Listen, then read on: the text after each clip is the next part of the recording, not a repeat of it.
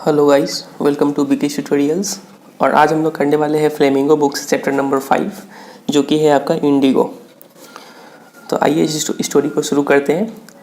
सबसे पहले जान लेते हैं इंडिगो का मीनिंग क्या होता है। इंडिगो मतलब एक ऐसा प्लांट होता है जिससे हम लोग ब्लू कलर निकालते हैं। इसको हिंदी में नील भी बोलते हैं, नील का पौधा। तो आइए सबसे पहले देखते हैं अबाउट द ऑथर। तो इस स्टोरी के ऑथर है Louis Fischer, who was born in Philadelphia. Louis Fischer का जन्म फिलाडेल्फिया में हुआ था।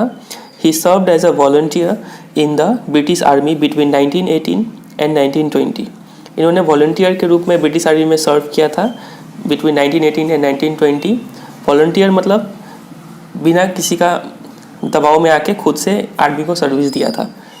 Fischer made a career as a journalist and wrote for the New York Times. तो ये आगे जाके फिर जर्नलिस्ट में अपना करियर बनाए और इन्होंने द न्यूयॉर्क टाइम्स के लिए लिखा, the Century Review and for the European and Asian publications, इन जगह के लिए लिखा। He was also a member of the faculty at Princeton University. Princeton University में एक मेंबर ऑफ फैकल्टी थे ये।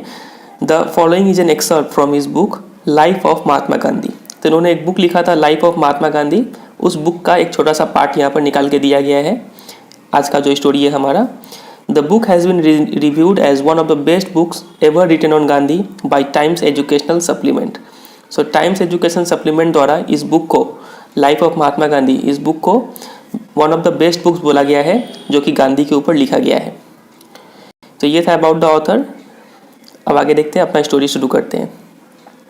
तो ऑथर जो है लुइस फिशर, वो बोलते हैं कि When I first visited Gandhi in 1942 at his ashram in Sevagram in central India, he said। तो जब लुइस फिशर क्या करते हैं, गांधी जी से पहली बार मिलते हैं 1942 में मिलते हैं उनके आश्रम में, और उनका आश्रम है सेवाग्राम इन सेंट्रल इंडिया में। तो गांधी जी बोलते हैं उनसे, I will tell you how it happened. हम आपको बताते हैं ये सब कैसे हुआ। गांधी जी बोलते हैं लुइस फिशर को, that I decided to urge the departure of the British. ये कैसे हुआ कि मैंने ये डिसाइड किया कि ब्रिटिश को अब इंडिया छोड़ के जाना चाहिए। तो गांधी जी बताते हैं कि उन्होंने कैसे ये सब डिसीजन लिया। इट वॉज इन 1970, मतलब ये सब का शुरुआत 1917 में शुरू हुआ।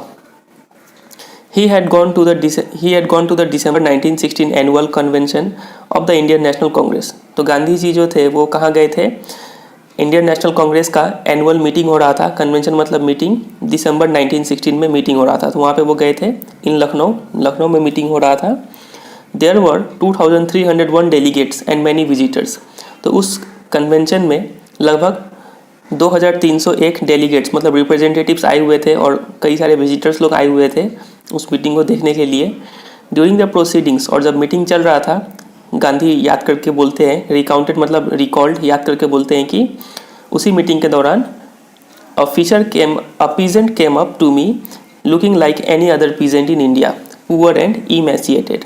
तो गांधी जी बोलते हैं कि उस मीटिंग के दौरान एक पीजेंट का मतलब होता है स्मॉल फार्मर, एक छोटा सा किसान मेरे पास आता है और वो बाकी सभी किसानों की तरह दिख रहा होता है जैसे कि इंडिया में किसान दिखते हैं, गरीब और इमेसिएटेड मतलब थीन, काफ़ी पतला दुबला वो किसान था। वो आया एंड सेड, और आके मेरे से बोला, आई एम राजकुमार शुक्ला।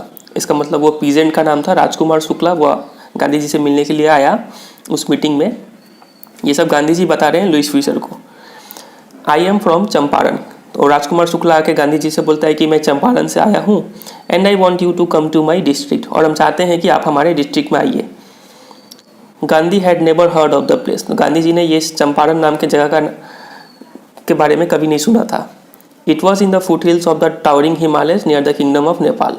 तो ये जो चंपारण जो जगह है वो नेपाल के पास में बसा हुआ है, और ये foot hills of the towering Himalayas के फुट हिल्स में बसा हुआ है। और ये चंपारण जो है वो बिहार का एक एरिया का नाम है Champaran. Under N ancient arrangement the Champaran peasants were share cropper. और एंशिएंट अरेंजमेंट बहुत ही दिनों से एक सिस्टम चला आ रहा था। उस सिस्टम के तहत चंपारण के जो पीजेंट्स लोग थे वो लोग क्या थे, शेयर क्रॉपर्स थे। शेयर क्रॉपर क्या होता है कि मान लीजिए वो किसान जो किसी और के ज़मीन में काम करे और उसको रेंट के बदले में क्या दे, थोड़ा क्रॉप दे दे। क्रॉप को शेयर करना होता है उनको, तो इसलिए उन्हें शेयर क्रॉपर कहा जाता है। मतलब रेंट के रूप में वो लोग क्रॉप पे करते हैं, पैसा नहीं पे करते। Rajkumar Shukla was one of them. तो राजकुमार शुक्ला उन्हीं पीजेंट्स में से एक था, मतलब ये शेयर क्रॉपर था। ही वॉज इलिटरेट, वो पढ़ा लिखा नहीं था, बट रिजोल्यूट, लेकिन वो काफ़ी डिटरमाइंड था। He had come to the Congress session to complain about the injustice of the landlord system in Bihar. तो वो उस कांग्रेस कन्वेंशन में इसलिए आया था क्योंकि वो कंप्लेन कर पाए कि वहाँ के जो लैंडलॉर्ड थे, ज़मीन के जो मालिक थे, वो काफ़ी इनजस्टिस कर रहे हैं वहाँ के पीजेंट्स के साथ में। ये कंप्लेन करने के लिए आया हुआ था वो। And somebody had probably said, और किसी ने उसे वहीं पे बता दिया था कि स्पीक टू गांधी, तुम गांधी जी से बात करो, तुम्हारा प्रॉब्लम सॉल्व होगा। Gandhi told Shukla he had an appointment in Kanpur and was also committed to go to other parts of India. तो गांधी जी ने शुक्ला को बताया कि उनका अपॉइंटमेंट है पहले से ही कानपुर में। कानपुर मतलब उस समय कानपुर को बुला जाता था, ये ब्रिटिश नेम है कानपुर, ऐसे अभी हम लोग इसको कानपुर बोल के बुलाते हैं। तो उनको कानपुर जाना था पहले। And was also committed to go to other parts of India, और उनको इंडिया के और भी कई इलाकों में जाना था। शुक्ला एकम्पनीड हिम एवरीवेयर, तो शुक्ला उनके साथ, गांधी जी जहाँ भी जाते थे उनके साथ साथ वो जाता था। Then Gandhi return to his ashram near Ahmedabad. फिर गांधी जी ये सब ट्रिप करके फिर कहाँ पहुँच गए, अपने आश्रम में आ गए, और उनका आश्रम था अभी अहमदाबाद में। Shukla followed him to the ashram, तो शुक्ला भी उनके साथ आश्रम में आ गया। For weeks he never left Gandhi side, और कई हफ्तों तक उन्होंने गांधी जी का पीछा नहीं छोड़ा। Fix a date he bagged, और वो गिड़गिड़ाते हुए बोलता है कि गांधी जी एक डेट निकालिए और चलिए हमारे साथ चंपारण में।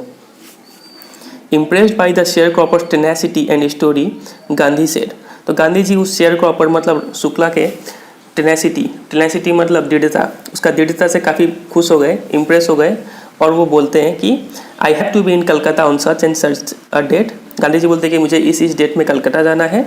कम and meet me and take me from there, तो तुम आओ और मुझसे मिलो और मुझे वहीं से ले चलो अपने गांव में। मंथ्स पास्ट, ऐसे करके महीनों गुजर जाते हैं। Shukla was sitting on his haunches at the appointed spot. तो महीनों बाद क्या होता है कि शुक्ला अपने हॉन्चेस पे बैठा हुआ है, और हॉन्चेस पे कैसे बैठते हैं आप इसका पिक्चर देख पा रहे होंगे, वैसे सिटिंग को बोलते हैं sitting on haunches at the appointed spot.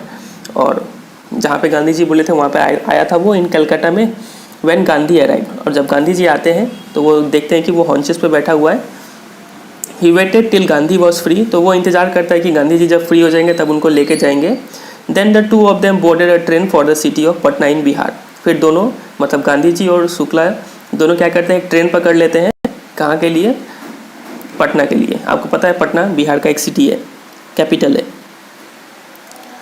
There Shukla led him to the house of the lawyer, और वहाँ पे जब पटना पहुँच जाते हैं तब शुक्ला क्या करता है, गांधी जी को लेके जाता है एक लॉयर के घर में, और उस लॉयर का नाम क्या है, Rajendra Prasad, who later became president of the Congress party and of India. और यही राजेंद्र प्रसाद आगे चल के कांग्रेस पार्टी के प्रेसिडेंट बनते हैं और इंडिया के भी प्रेसिडेंट बनते हैं, आपको पता होगा। Rajendra Prasad was out of town, तो वो जब लेके जाते हैं गांधी जी को उनके घर में तो पता चलता है कि राजेंद्र प्रसाद तो घर में नहीं है, वो शहर से बाहर गए हुए हैं। But the servants knew Shukla as the poor yeoman, लेकिन राजेंद्र प्रसाद के जो नौकर सब थे सर्वेंट्स लोग जो थे वो पहचानते थे शुक्ला को एज अ पुअर योमेन, एक गरीब योमेन। योमेन का मतलब होता है, मतलब एक फार्मर बोल सकते, स्मॉल फार्मर, छोटे किसान के रूप में जानते थे उसको। Who pestered their master to help the indigo sharecroppers, ऐसा किसान था शुक्ला जो पेस्टर्ड मतलब किसी को तंग करना, बार बार एक ही चीज़ पूछ के, तो वो पेस्टर्ड करते थे देयर मास्टर, मतलब राजेंद्र प्रसाद को अक्सर वो तंग करते थे कि आप हमारा हेल्प कीजिए, इंडिगो शेयर क्रॉपर्स का हेल्प कीजिए आप। तो इसीलिए सर्वेंट्स भी शुक्ला को पहचानते थे। So they let him stay on the grounds with his companion Gandhi whom they took to be another peasant। उसीलिए उन सर्वेंट्स ने क्या किया, इन लोगों को परमिशन दे दिया कि तुम लोग ग्राउंड पे सो सकते हो, ठहर सकते हो यहाँ पे एलोंग, और गांधी जी भी थे उनके साथ में। तो उन सर्वेंट्स लोगों ने गांधी जी को भी क्या मान लिया, एक अनदर पीजेंट मान लिया, मतलब कि ये भी कोई छोटा मोटा किसान होगा, तो बोलते हैं तुम दोनों यहाँ पे सो जाओ। But Gandhi was not permitted to draw water from the well lest some drops off from his bucket pollute the entire source. लेकिन गांधी जी को ये परमिशन नहीं दिया गया कि तुम कुएं से पानी निकाल पाओ, क्योंकि अगर उनके बाल्टी में से एक दो बूंद कुएं में गिर गया तो हो सकता है कि पूरा कुआं क्या हो जाए, पॉल्यूट हो जाए, अपवित्र हो जाए। मतलब उस समय अनटचेबिलिटी का सीन था। वो लोग गांधी जी को, वो लोग तो शुक्ला को जानते थे कि वो अनटचेबल है, तो वो लोग मान लिए कि गांधी जी भी अनटचेबल होंगे, इसलिए उन्होंने ऐसा कहा। How did they know that he was not an untouchable, और उन सर्वेंट्स को पता भी कैसे चलता कि गांधी जी एक अनटचेबल नहीं थे।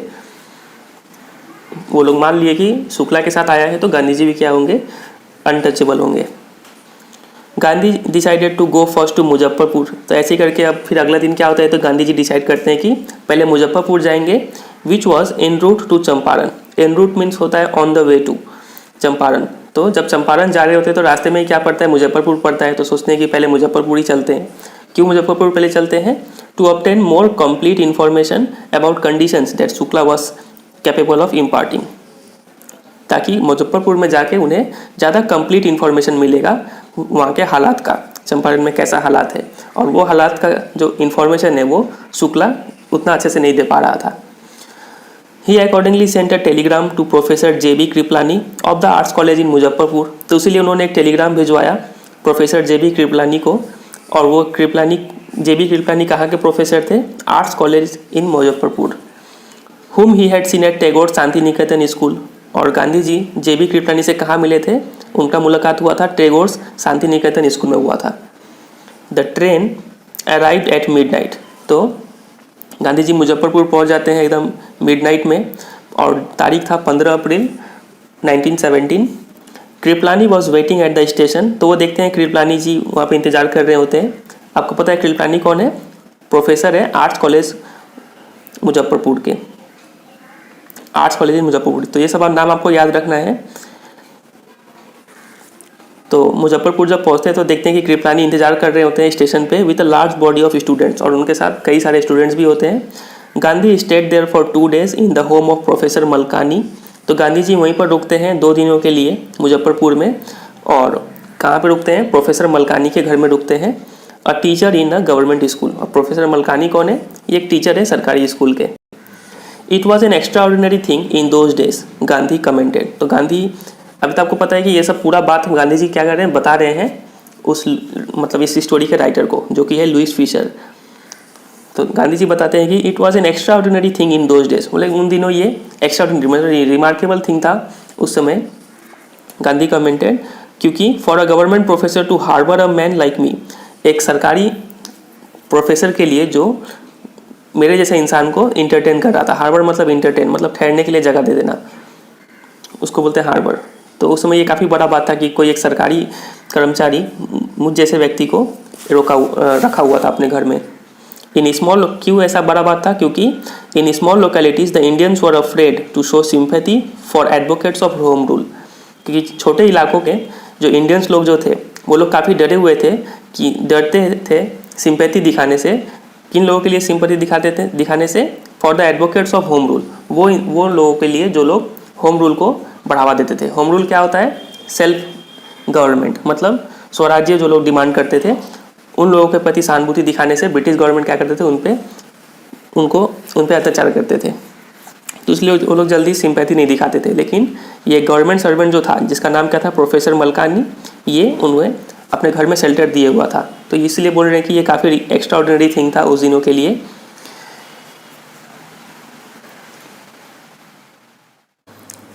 The news of Gandhi's advent and of the nature of his mission spread quickly through Muzaffarpur and to Champaran. तो news of Gandhi's advent, advent का मतलब होता है अराइवल। तो ये न्यूज़ कि गांधी जी आए हुए हैं, end of the nature of his mission, nature of his mission मतलब पर्पस ऑफ हिज मिशन, उनका आने का पर्पस क्या था, ये दो न्यूज़ फैल गया, spread quickly through Muzaffarpur and to Champaran. पूरे मुजफ्फरपुर में फैल गया और पूरे चंपारण के एरिया में फैल गया ये news. Sharecroppers from Champaran began arriving on foot and by conveyance to see their champion. तो जितने भी शेयर क्रॉपर्स थे चंपारण के, वो लोग आने लग गए।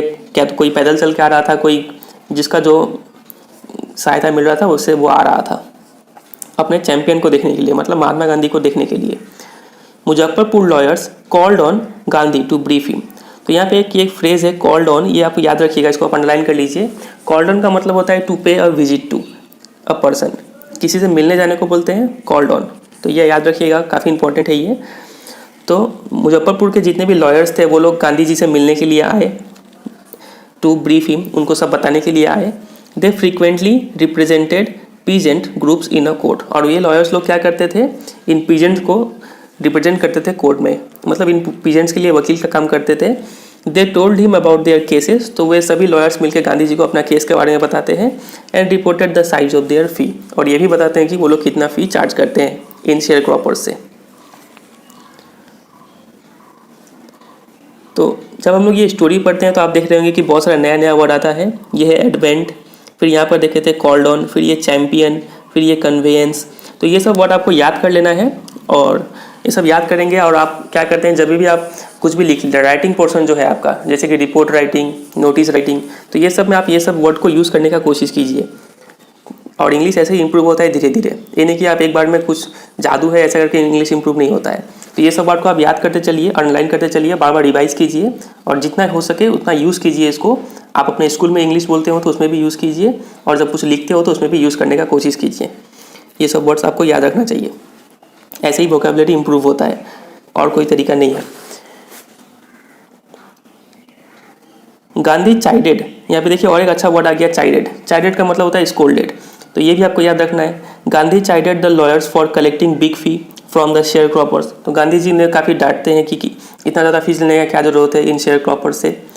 ही said I have come to the conclusion that we should stop going to law courts, तो गांधी जी बताते हैं कि हम ये निष्कर्ष में पहुँचे हैं कि अब हमें लॉ कोर्ट्स में नहीं जाना चाहिए। Taking such cases to the court does little good, court में जाके कुछ ज़्यादा कुछ फ़ायदा हो नहीं रहा है। Where the peasants are so crushed and fear stricken, law courts are useless, कि वो जगह जहाँ पर ये पीजेंट्स लोग इतने दबाए जाते हैं और इतने डरे हुए हो, वहाँ पे ये कोर्ट कोई काम का नहीं है। The real relief for them is to be free from fear, तो ये काफ़ी इंपॉर्टेंट लाइन है, इसको आप अंडरलाइन कीजिएगा कि गांधी जी का मेन उद्देश्य क्या था, सही उनको रिलीफ क्या मिलेगा अगर वो अपने डर से फ्री हो जाए। फ्री फ्रॉम फियर ये उन्हें होना पड़ेगा, तब उनको सही रूप में इंसाफ मिलेगा। तो ये फ्री फ्रॉम फियर कोर्ट तो नहीं कर सकता है। तो अब बताया जा रहा है कि चंपारण में असली प्रॉब्लम क्या है। अब देखिए ये बहुत इंपॉर्टेंट पैरा है। Most of the arable land in the Champaran district, यहाँ पे बहुत अच्छा एक वर्ड आया है एरेबल। एरेबल लैंड ऐसा लैंड होता है जहाँ पर आप कुछ कल्टीवेशन कर पाए, मतलब सुटेबल फॉर फार्मिंग। तो जितने भी एरेबल लैंड थे चंपारण डिस्ट्रिक्ट के, was divided into states, divided into large states, तो बड़े बड़े स्टेट्स। स्टेट्स का मतलब होता है प्रॉपर्टी,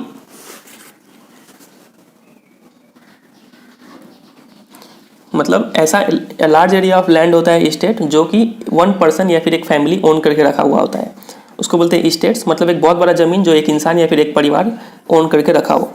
तो वो बड़े बड़े स्टेट्स में बटा हुआ था वो Champaran district, owned by Englishman, और अंग्रेज उसके मालिक हुआ करते थे। And worked by Indian tenants, और उनके ज़मीन पे कौन काम करता था, इंडियन लोग काम करते थे टीनेंट्स के रूप में। अब टीनेंट्स क्या होता है, टीनेंट मतलब वो लोग जिनका अपना ज़मीन तो नहीं होता है, लेकिन ये दूसरे के ज़मीन में काम करते हैं और बदले में उनको थोड़ा रेंट पे करते हैं, तो उसको बोलते हैं tenants. The chief commercial crop was Indigo, और इन सभी स्टेट्स में क्या ग्रो किया जाता था, कमर्शियल क्रॉप। कमर्शियल क्रॉप मतलब ऐसा क्रॉप जिसको आप बेच पाए और बेच से कुछ पैसा आ जाए। तो मेनली इंडिगो ग्रो किया जाता था इस सब क्रॉप में, मतलब जो बेचने के योग्य था वो इंडिगो था। The landlords compelled all tenants to plant 3/12 और 15% of their holdings with indigo and surrender the entire indigo harvest as rent. तो ये देखिए काफ़ी इंपॉर्टेंट लाइन है ये। यहाँ पे बोला जा रहा है कि ये जो लैंडलॉर्ड्स थे, मतलब इंग्लिशमैन जो थे, ये लोग क्या करते थे, कंपेल्ड मतलब फोर्स करते थे सभी टेनेंट्स को कि वो लोग क्या करें, प्लांट करें 3/12 या फिर बोल सकते हैं 15% ऑफ देयर होल्डिंग्स। मतलब मान लीजिए 100 एकड़ आपके पास ज़मीन है, उसमें से 15 एकड़ को वो लोग बोलते हैं कि 15 एकड़ में क्या करो, इंडिगो प्लांट करो। 15 एकड़ में, 100 एकड़ में से 15 एकड़ में इंडिगो प्लांट करो, और जो भी इंडिगो का उपज होगा and surrender the entire indigo harvest, जो भी इंडिगो का फसल होगा वो रेंट के रूप में लैंडलॉर्ड्स को दे दो। तो ये था वहाँ पे कंडीशन। उम्मीद करते हैं आपको ये समझ में आया होगा कंडीशन। तो मतलब टोटल परसेंट का 15%, टोटल तो होता है 100%, उसमें से 15% उनको इंडिगो ग्रो करना था 15% लैंड में, और उस पूरा इंडिगो को सरेंडर करना था एज अ रेंट। तो this was done by long term contract, और इसके लिए बहुत दिनों के लिए एग्रीमेंट ले लिया गया था कि ये किसानों को बहुत दिन तक करना है। लॉन्ग टर्म कॉन्ट्रैक्ट था इसके लिए।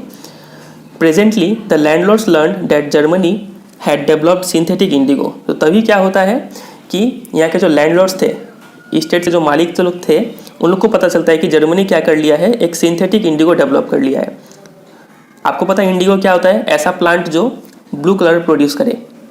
लेकिन जर्मनी लोगों ने क्या किया था, वो लोग सिंथेटिक केमिकल का यूज़ करके ब्लू कलर बना रहे थे, डीप ब्लू कलर। तो प्लांट का जरूरत पड़ नहीं रहा था वहाँ पे। तो thereupon obtained agreements from the sharecropper. तो जब लैंडलॉर्ड्स लोग को ये बात पता चला कि जर्मनी आर्टिफिशियल इंडिगो बना रहा है, तो वो लोग क्या किए, वो लोग सभी जो शेयर क्रॉपर्स थे उनका एग्रीमेंट मांगे। Thereupon obtained agreements from the sharecropper, उनका सभी एग्रीमेंट्स मंगवाए to pay them compensation for being release from the 15% arrangement. और बोलते हैं कि अब से तुम लोगों को 15% जो वो अरेंजमेंट था कि 15% लैंड में तुम्हें इंडिगो ग्रो करना है, उससे तुम्हें आज़ादी मिलता है, लेकिन इसके बदले तुम लोगों को क्या पे करना होगा, कंपनसेशन पे करना होगा कि तुमको इस कंडीशन से मुफ्त किया जाता है, फ्री किया जाता है उस लिए। तो ये भी काफ़ी इंपॉर्टेंट लाइन है इस स्टोरी का, उम्मीद करता है आपको समझ में आया होगा। मतलब लैंडलॉर्ड्स लोग को पता चलता है कि जर्मनी ने क्या कर लिया है, सिंथेटिक इंडिगो डेवलप कर लिया है। तो इसीलिए ये लैंडलॉर्ड्स लोग क्या करते हैं, सभी शेयर क्रॉपर्स को बुलवाते हैं और बोलते हैं कि आज से हम तुम लोगों को शेयर 15% अरेंजमेंट से मूव करते हैं, तुम्हें 15% लैंड में अब इंडिगो ग्रो नहीं करने का ज़रूरत है। तो लेकिन ऐसा करने के लिए तुम लोगों को क्या करना पड़ेगा, कंपनसेशन पे करना होगा, कुछ अमाउंट पे करना होगा, तभी तुम लोग इस 15% अरेंजमेंट से मूव फ्री हो सकते हो। तो ऐसा कंडीशन डाला उन्होंने। तो शेयर क्रॉपर ने क्या किया, the sharecropping arrangement was irksome to the peasants. और ये जो शेयर क्रॉपिंग अरेंजमेंट था कि 15% लैंड में इंडिगो ग्रो करना है, ये काफ़ी अर्कसम मतलब इरिटेटेबल, काफ़ी बेकार सिस्टम था ये। पीजेंट्स लोग काफ़ी तंग होते थे इससे। एंड मैनी साइंड विलिंगली, और काफ़ी सारे शेयर क्रॉपर ने काफ़ी खुशी से इस पर साइन कर दिया कि चलो ठीक है, हम आपको कुछ पैसा पे करेंगे और इस अरेंजमेंट से मुफ्त होंगे। Those who resisted engage lawyers, और जो शेयर क्रॉपर को ये मंजूर नहीं था, वो लोग क्या किए, वकील हायर कर लिए कोर्ट में केस लड़ने के लिए। द लैंडलॉर्ड्स हायर ठग्स, और जो लैंडलॉर्ड थे वो लोग गुंडे मवाली को हायर कर लिए ताकि इन्हें दबा के साइन करवा लिया जाए कैसे भी। Meanwhile, the information about synthetic indigo reached the illiterate peasants who had signed and they wanted their money back. तो इसी के दौरान ये जो इन्फॉर्मेशन था कि जर्मनी ने सिंथेटिक इंडिगो डेवलप कर लिया है, ये बात जो पीजेंट्स थे, शेयर क्रॉपर्स थे, उनके पास पहुंच गया। इलिटरेट पीजेंट्स लोग तो थे, उनके पास ये न्यूज़ पहुंच गया। तो ये लोग भी क्या किए, अपना पैसा वापस मांगने चले गए। At this point Gandhi arrived in Champaran, और यही समय था जब गांधी जी चंपारण में पहुंचे। He began by trying to get the facts. सबसे पहले इन्होंने डाटा कलेक्ट किया कि क्या क्या डाटा है वहाँ पर, फैक्ट्स कलेक्ट किया। First he visited the secretary of the British landlords association. तो ब्रिटिश लैंडलॉर्ड एसोसिएशन था, वहाँ के सेक्रेटरी से वो मिलने गए। The secretary told him that they could give no information to an outsider. तो सेक्रेटरी ने बोला कि वो किसी आउटसाइडर को, बाहर के व्यक्ति को इतने सारे इन्फॉर्मेशन नहीं दे सकते हैं। Gandhi answer that he was no outsider. तो गांधी जी बोले कि वो कोई आउटसाइडर नहीं है, वो इसी देश के नागरिक है। Next Gandhi called on the British official commissioner of the Tirhut division in which the Champaran district lay. उसके बाद गांधी जी कॉल्ड ऑन, फिर से आ गया कॉल्ड ऑन। उम्मीद करते हैं आपको याद होगा कॉल्ड ऑन का मतलब क्या होता है। कॉल्ड ऑन का मतलब to pay a short visit to, या फिर to pay a visit to someone, किसी से मिलने जाने को बोलते हैं कॉल्ड ऑन। तो गांधी जी किससे मिलने गए, ब्रिटिश ऑफिशियल कमिश्नर से मिलने गए, और तिरहुट डिवीज़न का जो कमिश्नर था उससे मिलने गए। और इसी डिवीज़न में चंपारण डिस्ट्रिक्ट लाई करता था। द कमिश्नर गांधी रिपोर्ट्स, तो गांधी जी बोलते थे कि वो कमिश्नर प्रोसीडेड टू बुली मी, मुझे डराने धमकाने लग गया वो कमिश्नर। तो गांधी जी बता रहे हैं इस स्टोरी के लेखक को, मतलब जो कि है लुइस फिशर, उसको बता रहे हैं कि वो कमिश्नर जो था उन्हें डराने धमकाने लगा। And advised me forthwith to leave Tirhut, और मुझे एडवाइस किया कि फोर्थ मतलब इमीडिएटली, तुरंत ही तिरहुट छोड़ के चला जाऊँ मैं। गांधी डिड नॉट लीव, लेकिन गांधी जी ऐसा नहीं किए। Instead he proceeded to Motihari the capital of Champaran. इसके बजाय वो कहाँ चले गए, मोतिहारी चले गए, जो कि चंपारण का क्या है, कैपिटल है। सेवरल लॉयर्स एक्कम्पनीड हिम, कुछ लॉयर्स भी उनके साथ गए। At the railway station a vast multitude greeted Gandhi. तो रेलवे स्टेशन पे देखे कि बहुत ज़्यादा भीड़ गांधी जी को ग्रीट करने के लिए, रिसीव करने के लिए आया हुआ था वहाँ पर। He went to a house and using it as headquarters continued his investigations. तो वो एक घर में गए और उसको एक हेडक्वार्टर के रूप में यूज़ करने लग गए, और वहाँ से अपना सारा इन्वेस्टिगेशन चालू कर दिए। A report came in that a peasant had been maltreated in a nearby village. तो एक रिपोर्ट आता है कि एक किसान को बहुत बुरी तरीके से उसके साथ ट्रीटमेंट हुआ है, उसको शायद पीटा उठा गया है नियर बाई विलेज में। तो गांधी जी डिसाइडेड टू गो एंड सी। तो गांधी जी डिसाइड किया कि चलो एक बार जाके देखना चाहिए कि क्या हुआ वहाँ पर। The next morning he started out on the back of an elephant. तो अगली सुबह वो एक हाथी के पीछे बैठ के हाथी पे बैठ के जाना शुरू कर दिए। He had not proceeded far when the police superintendent messenger overtook him। वो ज़्यादा दूर नहीं गए थे कि एक पुलिस सुपरिटेंडेंट का जो मैसेंजर था वो उन्हें ओवरटेक करता है एंड ऑर्डर हिम, और उन्हें आदेश देता है कि टू रिटर्न टू टाउन, कि वो टाउन चले जाए इन हिज कैरेज, उनके कैरेज में बैठ के। गांधी कंप्लाइड, तो गांधी जी ओबे कर लिया। कंप्लाइड मतलब ओबेड, ये बात मान लिया। तो वो उस किसान से मिलने नहीं गए जिसको साथ माल ट्रीटमेंट हुआ था, और वो वापस टाउन चले आए उस मैसेंजर का कैरेज में बैठ के। The messenger drove Gandhi home where he served him with an official notice. तो मैसेंजर क्या किया, गांधी जी को अपने घर में ले आया और वहाँ पे जाके उन्हें क्या दिया, एक ऑफिशियल नोटिस दिया टू क्विट चंपारण इमीडिएटली। और उस नोटिस में लिखा हुआ था कि जल्दी से जल्दी उन्हें क्या करना था, चंपारण छोड़ के जाना था। Gandhi signed a receipt for the notice. तो गांधी जी ने साइन कर दिया कि उन्हें ये रिपोर्ट मिल चुका है। And wrote on it that he would disobey the order. और लेकिन उस रिपोर्ट में लिख दिया कि मैं इस रिपोर्ट का पालन नहीं करूँगा, ऐसा लिख दिया। In consequence Gandhi receive the summon to appear in court the next day. तो इसके नतीजे में क्या हुआ कि गांधी जी को अगले ही दिन कोर्ट में पेशी का आदेश मिल गया कि आओ कोर्ट में आओ, तुमने सरकारी आदेश का पालन नहीं किया तो अब कोर्ट में आओ। तो all night Gandhi remained awake. तो पूरी रात गांधी जी जागे रहे, उन्हें नींद नहीं आया। He telegraphed Rajendra Prasad to come from Bihar with influential friends. तो उन्होंने टेलीग्राफ के जरिए मैसेज भिजवाया राजेंद्र प्रसाद को कि वो बिहार में आ जाए, अपने जितने भी जाने माने इन्फ्लुएंशियल मतलब पावरफुल फ्रेंड्स के साथ बिहार में आ जाए। He sent instruction to the ashram. Ashram में भी कुछ इंस्ट्रक्शन भिजवाए वो। He wired a full report to the viceroy. Wired का मतलब होता है टेलीग्राफ। उन्होंने भी टेलीग्राफ के जरिए वाइसरॉय को एक रिपोर्ट भिजवा दिया।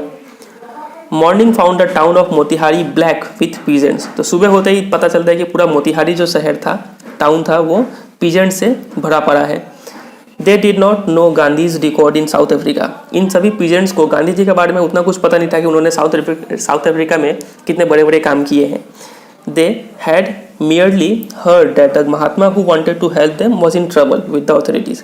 उन्हें तो सिर्फ इतना पता था कि ये एक महात्मा आया हुआ है जो उनका मदद करना चाहता है और वो ट्रबल में है इन अथॉरिटीज़ के साथ में। तो इसलिए वो लोग आ गए गांधी जी का हेल्प करने के लिए। Their spontaneous demonstration in thousands around the courthouse was the beginning of their liberation from fear of the British। तो spontaneous मतलब done suddenly, मतलब जो प्लान करके ना किया जाए। तो उन लोग अचानक से जो यहाँ पे आ गए, वो भी हज़ारों की तादाद में, और अराउंड द कोर्ट हाउस, पूरे कोर्ट को सरेंडर कर लिए थे वो लोग। तो ये शुरुआत था कि वो लोग अपने जो उनका डर था उस डर से छुटकारा पाने लग गए थे वो लोग। शुरुआत था क्या चीज़ का, their liberation from fear of the British. इस चीज़ से वो लोग का शुरुआत था, फ्री हो रहे थे वो लोग ब्रिटिश का डर से। The officials felt powerless without Gandhi's cooperation. तो जितने भी सरकारी ऑफिशियल्स लोग थे वो लोग एकदम मजबूर हो गए, वो लोग से कुछ संभल नहीं रहा था वहाँ पे अगर गांधी जी कोऑपरेट ना करते तो। He help them regulate the crowd. तो गांधी जी ने उनका मदद किया भीड़ को शांत करने में। He was polite and friendly. Gandhi ji काफ़ी नम्री से पेश आ रहे थे और काफ़ी फ्रेंडली थे वो। He was giving them concrete proof that their might hitherto dreaded and unquestioned could be challenged by Indians। तो ये सब करते हुए गांधी जी उन्हें प्रूफ दे रहे थे कि उनका जो माइट मतलब जो पावर है उनका किनका, ब्रिटिश का जो पावर है, हिथरटो का मतलब होता है अनटिल नाउ, जो कि अब तक ड्रेडेड मतलब फियरफुल, जिससे अब तक लोग क्या करते थे, डरते थे। एंड अनक्वेश्चन, कोई सवाल नहीं करता था इनके पावर के ऊपर। वो power could be challenge by Indians. उस पावर को इंडियन लोग क्या कर सकते हैं, चैलेंज कर सकते हैं अगर जरूरत पड़ा तो। The government was baffled. तो सरकार पूरा कंफ्यूज हो गई थी। बैफल्ड मतलब confused. The prosecutor requested the जज to postpone the trial. Prosecutor मतलब गवर्नमेंट लॉयर, सरकार का तरफ से जो वकील लड़ता है उसको बोलते हैं प्रोसिक्यूटर। तो प्रोसिक्यूटर जज को रिक्वेस्ट करता है कि पोस्टपोन कर दीजिए आज का सुनवाई को। अपेरेंटली ऐसा लग रहा था the authorities wish to consult their superiors. जितने भी सरकारी ऑफिसर लोग थे वो लोग, ऐसा लग रहा था कि वो लोग अपने बड़े ऑफिसर से कंसल्ट करना चाहते हैं, फिर कुछ आगे डिसीजन लेना चाहते हैं वो लोग। तो गाइज आज के वीडियो को यहीं पे एंड करते हैं। आज का वीडियो जो होगा वो पार्ट 1 हो जाएगा और आगे का जो पार्ट है उसको हम लोग पार्ट 2 में कवर कर लेंगे। पार्ट 2 का लिंक जो है वो आपके स्क्रीन पर ही आ रहा होगा, आप उसको क्लिक करके देख सकते हैं, नहीं तो आप डिस्क्रिप्शन में जाके आपको पार्ट 2 का लिंक आपको वहाँ पे भी मिल जाएगा। तो उम्मीद करते हैं आपको क्लास आपको समझ में आया होगा, और जो हम तरीका बताए हैं, जो हार्ड वर्ड है, डिफ़िकल्ट वर्ड है या फिर न्यू वर्ड है आपके लिए, आप उसको अंडरलाइन कीजिए और उस पर आप काम कीजिए, और उसको जितना आप नॉर्मल लाइफ में इंक्लूड हो सके उनको इंक्लूड करने की कोशिश कीजिए। तो यही है, फिर मिलते हैं बहुत जल्द पार्ट 2 में। तब तक के लिए goodbye and take care.